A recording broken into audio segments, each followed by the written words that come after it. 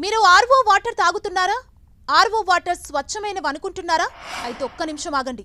ఇప్పుడు నేను చెప్పే విషయాలు విన్న తర్వాత ఆర్వో వాటర్ తాగుతారో లేదా మీరే డిసైడ్ చేసుకోండి.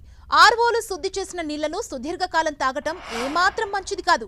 ఇది మేం చెబుతుంది కాదు. ఆర్వో వాటర్ పై గుజరాత్లోని ఎస్ఎస్జి ఆసుపత్రికి చెందిన వైద్య బృందం చేసిన అధ్యయనంలో పలు ఆసక్తికర విషయాలు వెలుగులోకొచ్చాయి.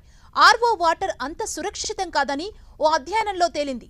ఆర్వో వాటర్ తాగేవారు విటమిన్ B12 లోపం బారిన పడుతున్నారని వైద్యులు తేల్చారు. మరీ ముఖ్యంగా ఆర్వో నీళ్లు తాగే శాకాహారులు ఈ ముప్పు వారికి అధికంగా ఉంటుందంటున్నారు. మనిషి ప్రతిరోజు సుమారు 5 లీటర్ల మంచినీరు తాగాలని వైద్యులు సూచిస్తున్నారు. అయితే హానికరమైన క్రిములు, రసాయన అవశేషాలు అధికంగా ఉండే నీటిని తాగితే మనుషులకు రక్తపోటు, మూత్రపిండ సంబంధిత వ్యాధులొస్తాయి. దీంతో చాలా మంది మినరల్ వాటర్ వైపు మొగ్గు చూపుతున్నారు. కొంతమంది మినరల్ ప్లాంట్స్కు వెళ్లే సమయం లేక ఇంట్లోనే ఆర్వో వాటర్ను ఉపయోగిస్తున్నారు.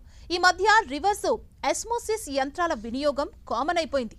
ఆర్వో నీటిలోని హానికరమైన బ్యాక్టీరియాలు, వైరస్లను 97% శుద్ధి చేస్తామని నిపుణులు చెబుతున్నారు. కానీ ఆర్వో వాటర్ను మాత్రం కంటిన్యూస్గా తాగడం డేంజర్ అంటున్నారు.